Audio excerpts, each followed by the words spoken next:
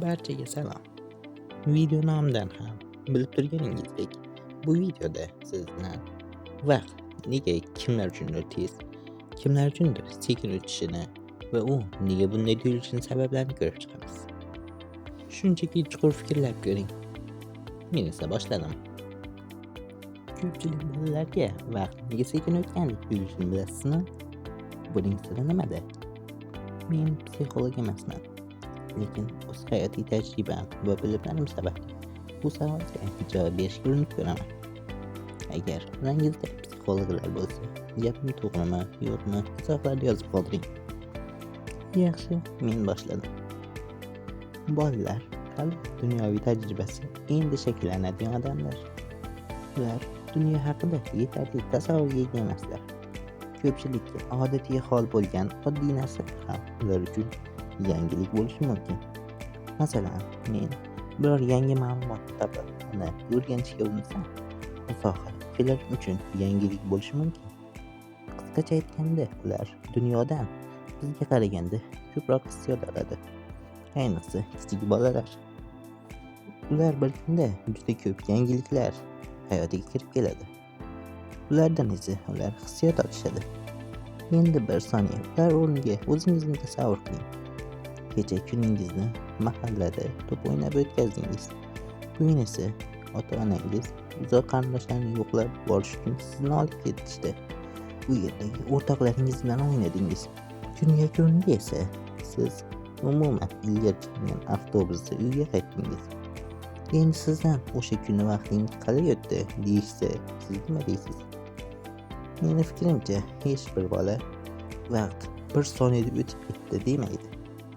Shuncha quvonch, shuncha taassurot, vaqt ular uchun albatta sekin o'tgandek tuyuladi. Bundan tashqari bolalar juda katta yana bir imkoniyatga ega.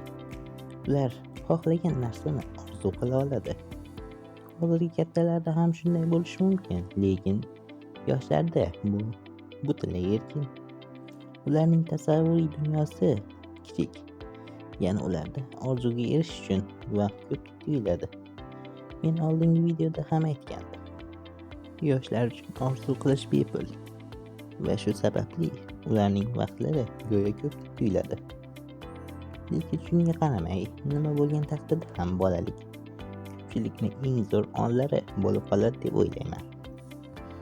Ammo shuni unutmasligimiz kerakki, biz 21-asrda yashayapmiz. Nega buni deganimni so'rashingiz mumkin. Hozir tushuntiraman. Men yuqorida bolalardek ko'p ta'kidladim. Siz qaysi yoshdagilarni o'yladingiz men bilmayman.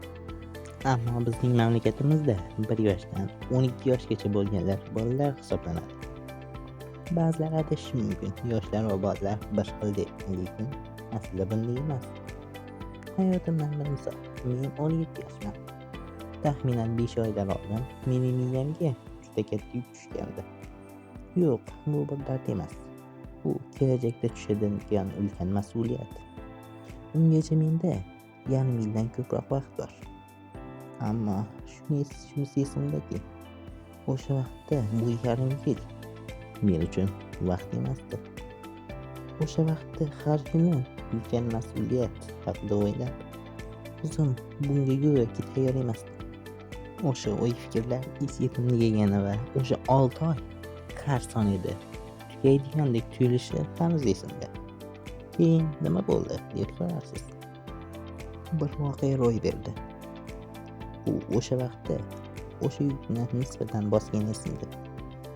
Meni bilimim borligiga va nisbatan kam emasligiga o'zimni ishontirdi.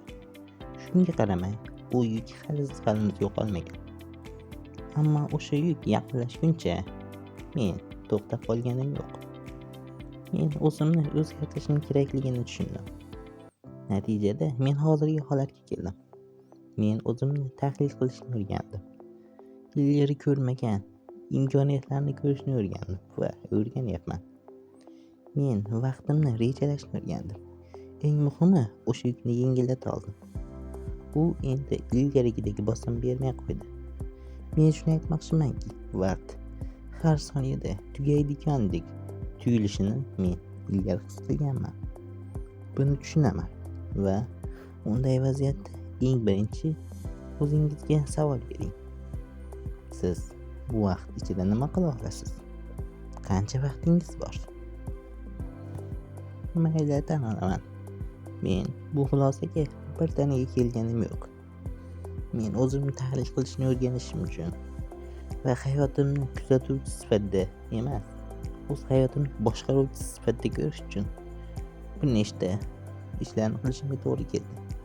Mavzuli kitoblar eshitdim, bir nechta kitoblar o'qidim va o'zim uchun kerakli hayotiy bilimlarni egallashga urindim va hozir ham egallashda davom etmoqdaman.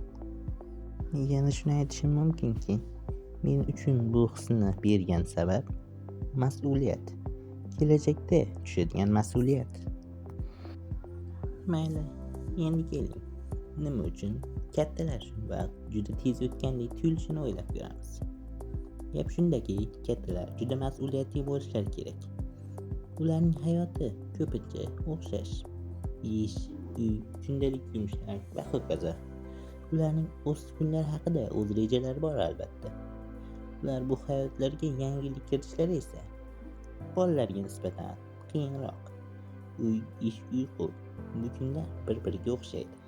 Yangilik deyarli yo'q yoki juda kam. Ularning miyasi buni yangilik yo'q deb qabul qiladi. Natijada bir kun o'tdi. Nima bo'ldi? Yangilik deyarli yo'q. Bir oy o'tdi. Bir yil o'tdi. Xotirada kam narsa qoladi. Vaqt esa tez o'tgandek tuyuladi. Oddiy inson kecha nima qilganingizni eslash qiyin bo'lsa, demak kun tez o'tgan. Yana shu davrda insonlarning e'tibori yuzlab narsalarga bo'linib qolgan. Eng asosiy sabablardan biri telefon yoki ish, muammolar va shu kabi boshqalar. Diqqat bir joyda emas. Shuning uchun ko'pchilik vaqtni his qilishga ulgurmaydi. Bu esa keyinchalik odatga aylanadi. Vaqtni his qila olmaslik ham shu odatdagi natijaga qo'shilib qoladi. Bundan chiqish yo'li bormi? Albatta. Buning uchun hayotingizga bir qancha o'zgartirishlar kiritishingiz kerak. Kuningizga yangilik kiriting. Yangi kitob o'qing, yangi narsa o'rganing yoki yangi ishlarni sinab ko'ring. Kuningizni rejalang. Kim bilsin, balki ularning ortidan dunyoqarashingiz ham o'zgarar. Yana shuni aytishim kerakki, vaqtingizni eng ko'p o'g'irlayotgan narsani toping.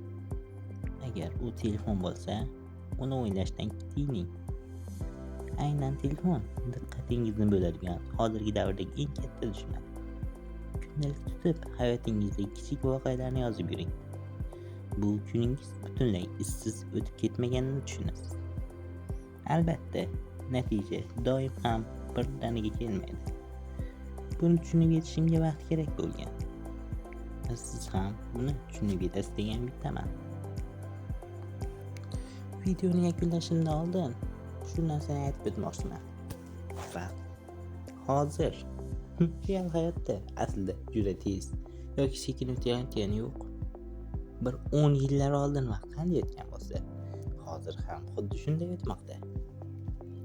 Buni faqatgina biz o'zimiz his qilamiz xolos. Biz vaqtni o'zimiz idrok etamiz. Lekin eng muhimi uni to'g'ri taqsimlay olishda.